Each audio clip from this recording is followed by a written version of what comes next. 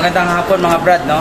Kasama natin si Sir Roel at si Sir Lucas, no? Pupunta tayo kay Tatay Calixto, no? Ayon kay Sir Lucas, si Tatay Calixto ay nangangalakal araw-araw. So, bigyan natin ng konting tulong, bigyan natin ng konting financial assistance para makatulong tayo kay Tatay Calixto. So, samahan nyo kami mga brad. Tara, tatay ko.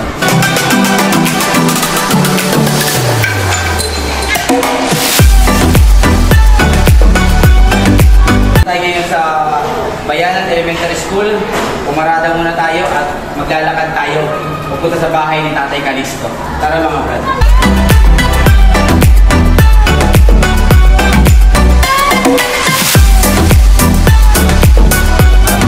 Puntahan natin.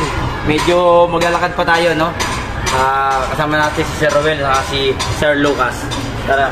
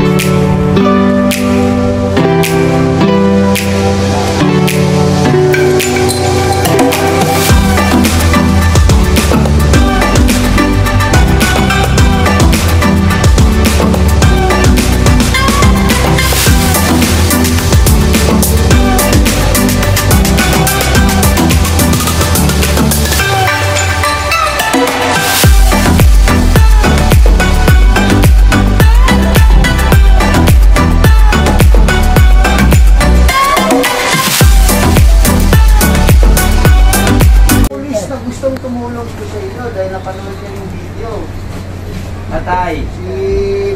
Si Batang Munti. Magandang hapon po sa inyo, Tatay. Ay, dito po, lapit po kayo dito. Opo. Sinong kasama niyo sa bahay? So ilan po kayo? Sa 21. Si nanay po, ilan po na?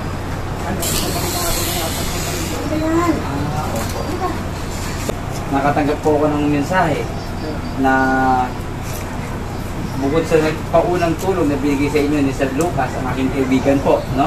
Kami po ay talagang naghahalinhinan sa pagbibigay ng tulong kung kanino man, no? Napagit po ni Sir Lucas na gusto pa rin kayong bigyan pa rin ng tulong. Huwag nangangalakal, opo, no? Nakita niya ako nung nangangalakal ng alak. Opo.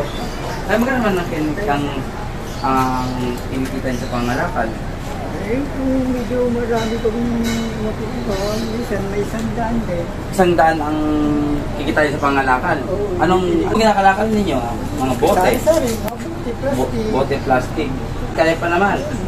Nakalakas din ng katawan ko pag parang na-exercise din ng katawan ko. Kasi masakit na yun doon.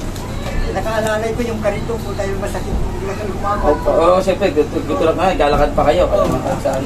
Yun ang parang alalay ko yung karito po. Masakit ko paglalakad.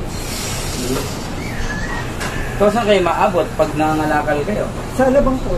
Simula Bayanan po, Alabang? Sa Alabang. Madaling araw parang alis na ako rito para Tapos saan nyo binidala yung pangalakal nyo? Mga bago pagdalasip sila umaga, dadahil sila sa jump shop dyan, sa real jump shop. Opo. May mga na po kayo, no? At paano, may pambili na kayo pag Pambili ko na tinapay, kape. Tinapay, kape. Ngayon po ay patulong po ni Sir Lucas, kaibigan po namin, no? Andito po ang comrade ko, si Sir Roel. No, hindi lang po nakarating si Sir Roger, ay trabaho po talaga. Kaya si Sir Roel ang kanyang vice presidente, kasama namin. Dito po namin kasama na si Sir Douglas ay nasa trabaho din po talaga, no? Araw kasi ng trabaho ngayon.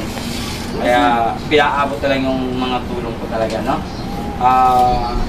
Ngayon po, mula po kay Batang Munti, po, no? Pagpasensyahan niyo na po yung video na po sa inyo, ha? Dalawang plastic na po ito at na paano po ay Hindi na kabibili ng bigas, no? Mga 10 kilo to. Kayo na pong bahala po dito. Ha? Opo. Yan po. Ngayon po, siyempre, hindi po dyan nagtatapos yung ating ibibigay sa inyo. No? Mula po sa Comradcom, kay Sir Rowel mismo, may mga grocery po siya na, opo, sabi nyo nga po, yung kalakal ninyong pambili ng tinapay. Ito na po yung mga tinapay. Hindi na kayo, siguro may isang madaling araw hindi kayo lalabas para magpahinga lang po kayo. Mag-relax kayo, magkape kasi meron na po kayo. Nag-uulan nga po. Nag-uulan, kaya hindi kayo makalabas. Ayun po. Ayan po, para po sa inyo. Para po sa inyo to, binili ni Sir Rowel, no? Yung mga tinapay. Opo, marami po yan. Opo, may mga noodles, kape. Oh, kayo po bahala nito, grocery pa. Opo. Opo, ang isa po namin kasama rito, si Sir Douglas, ay nasa trabaho. Pero pinahatid niya yung tulong niya.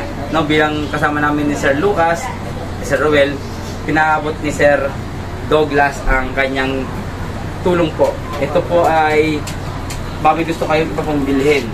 Kaya ito po ay konting halaga, pero sana malaking tulong po sa inyo, ang tulong po sa inyo. Malaking bagay lang yung mga Opo. Ito po, bigay ni Sir Douglas po ito. Para sa inyo. Salamat po tayo, ha? Yun lang po, tatay. At maraming pong salamat sa inyo. Kasi sana maging ehemplo kayo ng maraming pang tao na sa kanyang edad ay nagsasakripisyo kayo para talagang makakuha ng pagkain. So, sa mga brad, no? Si Tatay Calixto ay 71 years old. Patuloy na nangangalakal.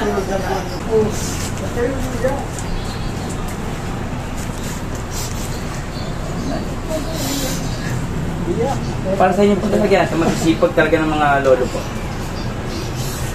Tapos tumutulog sa taon ng mga bayan. Hindi po. Para po sa masisipag po talaga yan. Huwag kayo Maraming salamat po.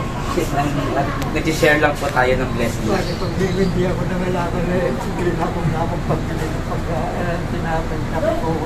Kaya kailangan po talagang mga lakal po talaga.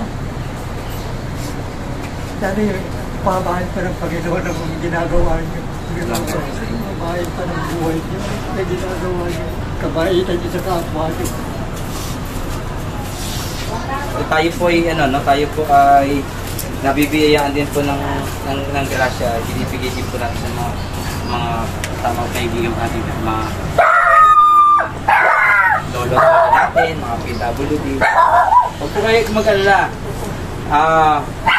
Pag may pagkakataon na pauli kami rito, magbibigay po kami hanggat may marami tayong blessings na dumarating, marami tayong blessing na ibibigay po. So, salamat kayo na kay tatay, no?